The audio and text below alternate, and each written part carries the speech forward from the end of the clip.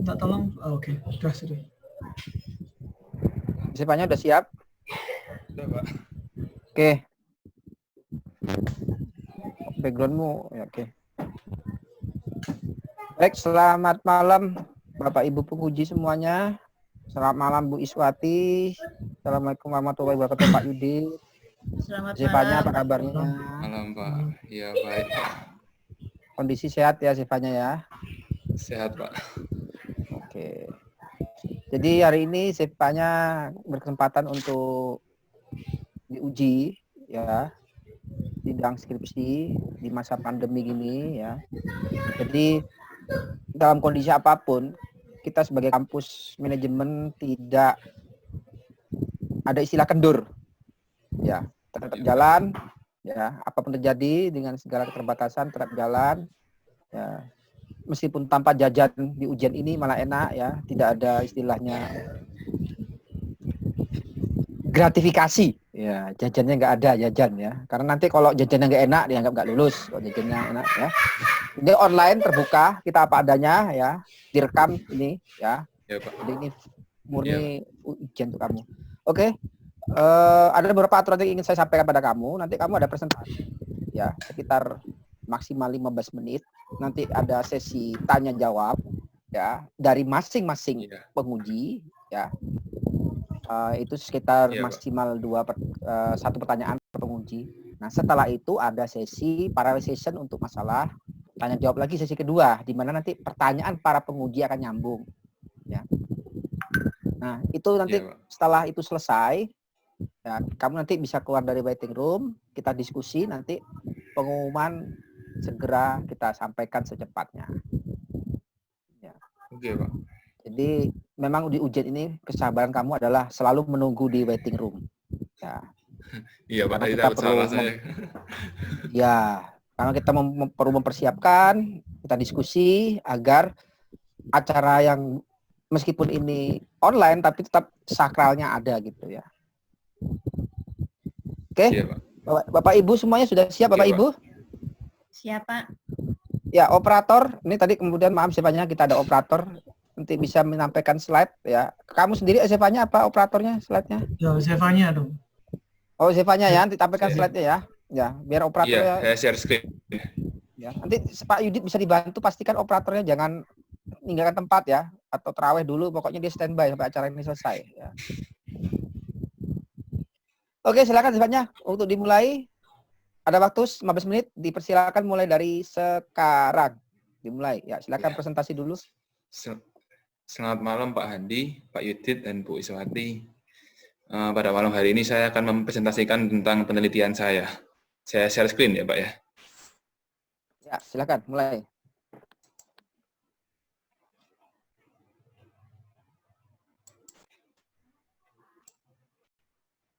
Nah, ini judul penelitian saya yaitu adalah pengaruh kualitas produk dan citra merek terhadap keputusan pembelian mie instan merek Indomie di kota Surabaya. Ya, langsung saya ke latar belakang. Jadi latar belakang saya melakukan penelitian itu adalah saya memperhatikan sektor pemasaran. Tentunya dalam sebuah pemasaran itu sudah tidak asing lagi. Karena kalau perusahaan biasanya antar perusahaan itu bersaing dengan dari sektor pemasaran. Nah, pemasaran ini tentu mempengaruhi setiap perusahaan dalam menjual produknya yang akan dipasarkan. Nah, di Indonesia ini kebutuhan pangan itu juga merupakan salah satu yang paling pokok ya. Nah, di sini saya akan membahas salah satu objek saya yaitu mie instan. Nah, apa itu mie instan? Mie instan itu merupakan salah satu produk makanan cepat saji yang sudah nggak asing lagi di mata masyarakat, khususnya orang Indonesia. Nah, mie instan ini juga selain itu memiliki beberapa manfaat yang dapat mengenyangkan, juga memiliki rasa yang enak, praktis, dan selain itu juga memiliki sifat yang tahan lama. Nah, kalau berbicara tentang harga, mie instan juga bisa dikategorikan terjangkau dalam segi harga, di mana biasanya mie instan itu rata-rata dikonsumsi sebagai makanan akhir bulan, khususnya bagi mahasiswa yang sedang merantau atau pekerja yang sedang berada jauh dari rumah. Jadi produk mie instan itu tentu sangat membantu bagi kalangan mahasiswa dan pekerja yang sedang merantau. Nah, objek yang saya bahas di sini yaitu salah satu merek terkenal, yaitu adalah merek Indomie. Jadi merek Indomie ini kalau menurut saya pribadi juga merupakan merek yang cukup terkenal karena bisa dikatakan ini sebagai mindset ya dalam masyarakat Indonesia. Kalau berbicara tentang mie instan, pasti pemikirannya rata-rata ke Indomie. Nah, jadi dalam persaingan produk sejenis, Indomie juga memiliki pesaing-pesaing yang cukup banyak. Nah, di sini saya akan menampilkan tabel yang masa pasar produk dari mie instan Indonesia.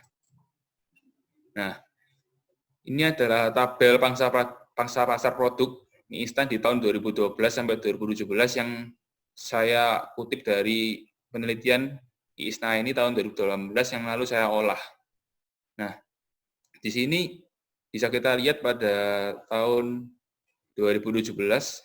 Nah, pada tahun 2017 mie instan merek Indomie dari perusahaan PT Indofood Tbk menduduki posisi teratas. Jadi seperti yang saya bilang tadi, selain menjadi mindset utama, tentu Indomie ini dalam segi pangsa pasarnya menduduki peringkat yang paling atas. Nah, dia menduduki peringkat dengan persentase 75,7% di tahun 2017, disusul oleh pesaingnya yaitu mie sedap dari perusahaan PT Wings Food Tbk dengan skor 16,2%. Lalu juga ada lagi dari PT Indofood Tbk tapi dengan merek brandnya berbeda yaitu Supermie dan Sarimi. Jadi PT Indofood ini juga mendominasi dalam segi mie instan. Selain dari merek Indomie, mereka juga punya merek lain yaitu Supermie dan Sarimi. Dan yang terakhir adalah merek lain-lain campuran sekitar 2,3%. Lalu dari semuanya ini saya juga mengumpulkan beberapa hasil dari lembaga riset tentang mie instan. Yang pertama saya mengumpulkan data dari Top Brand Awards.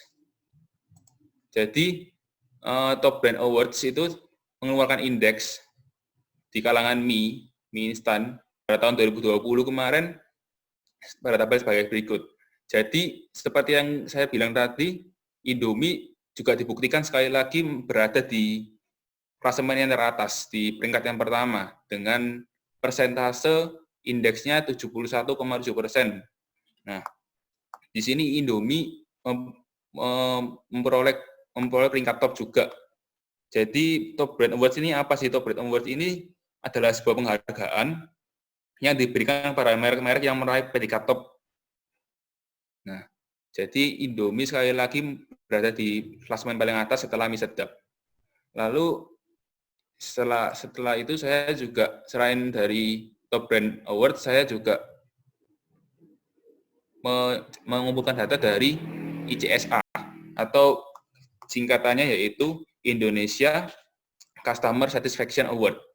Jadi ICSA ini merupakan salah satu lembaga dari Frontier Consulting Group ya. Nah, di sini saya lihat tabelnya dari ICSA.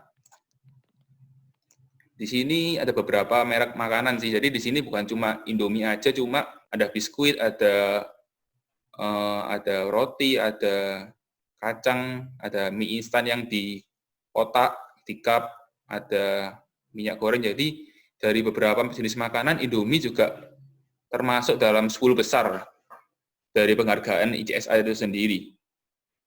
Hal ini tentu membuktikan bahwa Indomie mampu memberikan kepuasan yang cukup bagus dari feedback dari customer itu sendiri, karena dia sudah memenangkan dari pemenang 10 besar dari ICSA itu sendiri.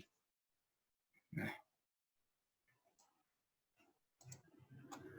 di sini saya juga mengumpulkan data dari beberapa sumber. Saya kumpulkan beberapa merek mie instan beserta nama perusahaannya. Dari seperti contohnya contoh lain yaitu mie ABC, bakmi mewah, seperti tabel yang saya sajikan di PowerPoint. Lalu lanjut, selain ini saya juga mengumpulkan varian produk Indomie. Di sini Indomie tentu memiliki varian produk yang sangat banyak dibandingkan mie instan merek lain.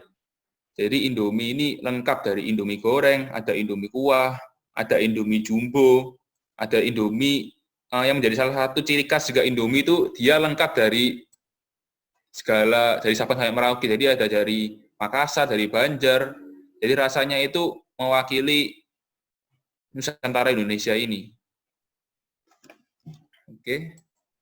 Nah, saya masuk ke rumusan masalah. Di rumusan masalah ini saya mempunyai 3 rumusan masalah. Yang pertama yaitu bagaimana pengaruh kualitas produk terhadap keputusan pembelian mie instan merek Indomie di Kota Surabaya. Yang kedua, bagaimana pengaruh harga terhadap keputusan pembelian mie instan merek Indomie di Kota Surabaya. Lalu yang ketiga, bagaimana pengaruh citra merek terhadap keputusan pembelian instan merek Indomie di Kota Surabaya. Lalu saya memiliki barisan masalah. Yang pertama, penelitian ini dilakukan pada penduduk berdomisili di Kota Surabaya. Jadi hanya penduduk yang berdomisili di Kota Surabaya saja yang akan menjadi responden saya. Lalu penelitian ini ditujukan pada konsumen mie instan yang intensitas konsumsinya minimal 2 kali dalam seminggu. Lalu yang ketiga, saya mempunyai kategori umur. Saya mempunyai 3 kategori, yaitu yang pertama usia 12-17 tahun, kategori remaja. Yang kedua, usia 18-30 tahun, dewasa muda. Yang ketiga, 30-50 tahun, dewasa tua. Tujuan penelitian ini yaitu yang pertama meneliti pengaruh kualitas produk terhadap keputusan pembelian mie instan. Ini di next aja. Di next aja di next ya. Tujuannya. Ya, manfaat. Ini manfaat penelitian saya. Ada 2 manfaat bagi perusahaan dan universitas. Bagi perusahaan yaitu hasil penelitian ini dapat digunakan untuk menggambarkan sistem pemasaran yang berjalan pada produk terkait. Lalu hasil penelitian dapat dijadikan sebagai sarana untuk menyusun strategi pengembangan produk terkait. Yang ketiga, memberikan informasi kepuasan pelanggan terhadap produk yang diteliti sehingga perusahaan dapat membuat inovasi baru pada produk terkait. Lalu bagi universitas sebagai bahan pertimbangan dan menambah wawasan terutama bagi yang berminat melakukan penelitian yang terkait dengan materi penelitian. Lalu memberikan kontribusi penambahan ilmu pengetahuan khususnya di bidang manajemen bisnis. Yang terakhir, memberikan sumbangan pemikiran dan dapat dijadikan bahan referensi untuk penelitian selanjutnya. Saya masuk ke landasan teori. Yang pertama saya bahas adalah variabel pertama saya, yaitu X1, kualitas produk. Jadi, menurut Mowen dan Minor, kualitas produk adalah didefinisikan sebagai evaluasi menyeluruh pelanggan atas kebaikan kinerja barang atau jasa. Lalu menurut Kostler dan Armstrong pada tahun 2001, kualitas adalah karakteristik dari produk dalam kemampuan untuk memenuhi kebutuhan-kebutuhan yang telah ditentukan dan bersifat laten. Sedangkan produk sendiri adalah segala sesuatu yang dapat ditawarkan ke pasar untuk mendapatkan perhatian, dibeli, digunakan, atau dikonsumsi yang dapat memuaskan keinginan atau kebutuhan. Nah, bisa dikatakan suatu produk itu memiliki kualitas produk yang baik. Ada beberapa indikator, yaitu yang pertama, indikator ini dikemukakan oleh Kotler pada tahun 1995, yaitu rasanya yang enak. Jadi sebuah produk itu kalau bisa dibilang kualitas produk yang baik, pertama itu rasanya enak, kedua fitur produk. Sifatnya disebutkan aja, disebutkan baru langsung. Oh iya. Ya. Oh ya, fitur produk dan 3 daya tahan kemasan. Lalu yang kedua itu yaitu variabel X2 saya menurut Kotler, harga adalah jumlah uang yang ditukarkan konsumen dengan manfaat dari memiliki atau menggunakan produk dan jasa. Lalu dari Kotler dan Armstrong, harga adalah sejumlah uang yang ditukarkan untuk produk atau jasa. Lebih jauh lagi, harga adalah jumlah dari seluruh nilai konsumen yang ditukarkan untuk jumlah manfaat dengan memiliki atau menggunakan suatu barang dan jasa. Indikator dari harga itu ada 4, keterjangkauan harga, daya saing harga, kesesuaian harga dengan kualitas produk. Yang keempat yaitu kesesuaian dengan harga dengan manfaat. Lalu yang ketiga, X3 saya citra merek menurut Keller dalam Ring 2007 yaitu citra merek adalah asosiasi atau persepsi konsumen berdasarkan ingatan mereka terhadap suatu produk. Nah, indikator dari citra merek sendiri ada 3. Yang pertama recognition, yang kedua reputation, yang ketiga affinity royalty. Lalu indikator variabel saya yang terakhir yaitu Y, keputusan pembelian. Menurut Skiffman, Kanduk 2004, keputusan pembelian adalah pemilihan dari 2 atau lebih alternatif pilihan keputusan pembelian. Artinya bahwa seorang dapat membuat keputusan harus tersedia beberapa alternatif pemilihan. Yang kedua, menurut Asau dalam hati saya tapi 2013 menyatakan bahwa keputusan pembelian merupakan suatu proses mencakup penentuan apa yang akan dibeli atau tidak. Jadi melakukan pembelian keputusan itu diperoleh dari kegiatan-kegiatan sebelumnya. Indikatornya ada 4 juga. Yang pertama cepat dalam memutuskan, yang kedua pembelian sendiri, yang ketiga bertindak karena keunggulan produk, yang keempat keyakinan atas pembelian. Nah, ini adalah kerangka berpikir saya. Dari keempat variabel itu, saya menyimpulkan ada 3 hipotesis. Hipotesis pertama, kualitas produk mempunyai pengaruh positif yang signifikan terhadap keputusan pembelian pada mie instan merek Indomie di Kota Surabaya. Yang kedua, harga mempunyai pengaruh positif juga pada pembelian. Yang ketiga, citra merek juga mempunyai pengaruh positif yang signifikan juga. Ini hipotesis saya. Lalu masuk ke gambaran umum responden. Jadi dari 3 usia yang tadi saya kategorikan, ternyata sebagian besar 71%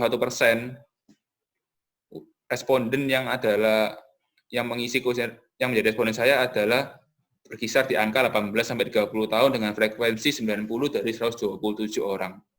Lalu jenis kelaminnya juga didominasi oleh perempuan dengan angka 79 dengan persentase 62%. Lalu ini deskripsi responden terhadap variabel kualitas produk. Di sini yang paling besar dari kualitas produk yaitu jawaban setuju dengan total skor 39. Jawab sangat setuju dengan skor 507. Yang terkecil sangat tidak setuju, skornya 10. Skor total. Oke. Next. Ya. Lalu deskripsi responden terhadap variabel harga. Di sini juga yang paling besar sangat setuju, yang paling kecil sangat tidak setuju untuk skor totalnya. Lalu di variabel citra merek tetap yang paling besar sangat setuju dengan skor 604 dan yang paling kecil sangat tidak setuju. Lalu yang terakhir variabel keputusan pembelian, di sini yang paling besar juga sangat setuju dengan skor 533 dan yang terkecil 53. Nah, ini uji validitas saya. Di sini saya menggunakan teori uji validitas dengan menggunakan nilai signifikansi. Jadi, koefisien dari tiap pernyataan, dari tiap variabel, setelah saya olah, hasilnya di atas 0,3. Jadi, semuanya valid untuk pernyataan kuesioner saya. Jadi, uji validitas ini fungsinya untuk menentukan sah atau tidaknya sebuah kuesioner. Jadi, bisa diukur dari uji validitas ini. Lalu, selanjutnya yaitu uji reliabilitas. Uji reliabilitas ini juga fungsinya untuk menunjukkan suatu instrumen dapat dipercaya atau tidak jawabannya. Biasanya diuji dari konsistensi. Jadi apakah jawaban dari responden itu konsistensi, jangan sampai jawabannya itu ternyata kayak tidak konsisten. Habis tidak setuju, tidak setuju. Jadi jawabannya bisa dikatakan konsisten apabila koefisien Cronbach's alpha-nya lebih dari 0,6. Jadi di sini bisa kita lihat 4 variabel saya lebih dari 0,6, jadi dinyatakan reliable. Lalu ini adalah analisa faktor konfirmator. Di sini kita lihat dari regression weight-nya, dari p-value. Teori tentang uji SEM ini yaitu kalau p-value-nya kurang dari 0,05, berarti dinyatakan valid. Jadi di sini saya bahas per indikator dari variabel saya ini variabel kualitas produk. Jadi di sini bintang-bintang ini juga artinya lebih kecil daripada 0,05, nilainya sangat kecil sekali. Jadi dinyatakan valid. Nah, lalu selanjutnya ini variabel harga, juga variabel harga saya juga valid. P-nya bintang-bintang-bintang. Variabel citra merek saya juga valid. Lalu yang terakhir variabel keputusan pembelian. Valid juga.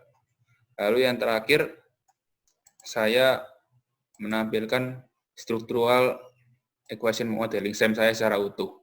Nah, di sini p-value-nya bisa kita lihat 0, dari variabel kualitas produk 0,015 berarti di bawah 0,05. Harga 0,002 juga di bawah 0,05. Citra merek juga bintang. Nah, Bintang-bintang itu artinya berapa angkanya?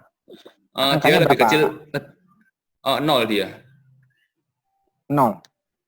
Iya, dia lebih kecil daripada 0,05. Jadi jangan kamu sebutkan bintang-bintang toh. Itu artinya apa gitu ya? Iya, bintang ini 0. Lalu sebelumnya saya mohon maaf kepada para pembimbing, saya sempat baru menyadari hal ini tadi ketika membaca ulang naskah saya. Jadi di naskah saya itu pada variabel hipotesis, khususnya di bab 4, di variabel kualitas produk, saya di situ salah membaca. Nah, di sini saya katakan di naskah saya itu kalau kualitas produk itu tidak berpengaruh. Padahal seharusnya betul berpengaruh karena nilainya di bawah 0,05. Jadi saya sempat terkecoh dengan angka 15 ini, Pak, Bu. Jadi saya mohon maaf ada kesalahannya di naskah skripsi saya. Nah, ini saya lanjut ke iya, Pak, salah baca, Pak. Oke, Pak, saya lanjut ke iya, Pak, maaf, Pak. Ini saya lanjut ke hipotesis hasil penelitian. Jadi, H1-nya setelah kita lakukan penelitian, hasilnya kualitas produk mempunyai pengaruh positif yang signifikan terhadap keputusan pembelian karena koefisiennya tadi P-value-nya di bawah 0,05, harga juga demikian, citra merek juga demikian. Jadi, dari ketiga variabel X saya ini mempunyai pengaruh positif yang signifikan terhadap keputusan pembelian pada mie instan merek Indomie di Kota Surabaya. Nah, oke, kesimpulannya? Sekian dan terima kasih atas hipotesis tadi itu kesimpulannya. Jadi iya, ya, jadi ini juga merangkum dari kesimpulan karena kesimpulan katakannya kurang lebih juga sama dengan hipotesis saya. Jadi ini saya kira sama dengan kesimpulan, Pak. Kesimpulan saya, bentar, Pak. Kesimpulan saya yaitu yang pertama, variabel kualitas produk berpengaruh signifikan terhadap variabel keputusan pembelian, sehingga hipotesis pertama diterima. Lalu yang kedua, variabel harga juga berpengaruh signifikan terhadap variabel keputusan pembelian, sehingga hipotesis kedua diterima juga. Lalu yang terakhir, variabel citra merek berpengaruh signifikan juga terhadap variabel keputusan pembelian, sehingga hipotesis ketiga diterima. Ya, sudah, Pak, terima kasih. Demikian ada saran-saran yang diberikan dari hasil kesimpulan itu? Apa aja sarannya? Kita ingin tahu. Oh iya. Bisa dibacakan aja. Saran yang saya dapat berikan, saya punya 5 saran di sini sih, Pak. Ya, yang pertama yaitu perusahaan Indomie harus berfokus untuk memberikan harga yang terjangkau dan yang lebih diterima oleh konsumen. Jadi hal ini akan mempengaruhi konsumen dalam melakukan pembelian produk Indomie. Dikarenakan walaupun kualitas produk sebuah makanan itu baik, tapi kalau harganya itu juga akan mempengaruhi konsumen dalam melakukan usaha pembelian. Jadi walaupun kualitas produk itu berhubungan, kualitas produk itu mempengaruhi, tapi kita juga harus tidak melupakan faktor lainnya seperti harga dan citra merek. Disebutkan aja sifanya, disebutkan aja. Bisa dijelaskan. Oh iya, Pak. Ya. Yang kedua, yang singkat, perusahaan Indomie selaku pelaku usaha perlu berkolaborasi dengan media dalam melakukan iklan yang pada seperti media televisi, internet, dan lain-lain. Indomie juga selaku pelaku usaha juga perlu menjaga citra merek baik di masyarakat. Lalu yang keempat, perusahaan Indomie juga perlu dalam melakukan iklan di televisi atau endorse, khususnya di sosial media dengan berkolaborasi dengan selebgram atau public figure. Yang terakhir, untuk penelitian yang lebih mendalam terhadap perilaku konsumen melalui penelitian kualitas untuk mendapatkan hasil jawaban yang mendalam terhadap pendapat konsumen di Indonesia. Sekian, Pak, kesimpulan dan saran saya. Oke, terima kasih. Stefania tadi sudah melakukan ya. Oke, Pak. Tetap semangat Stefania, segera direvisi. Oke, Bu.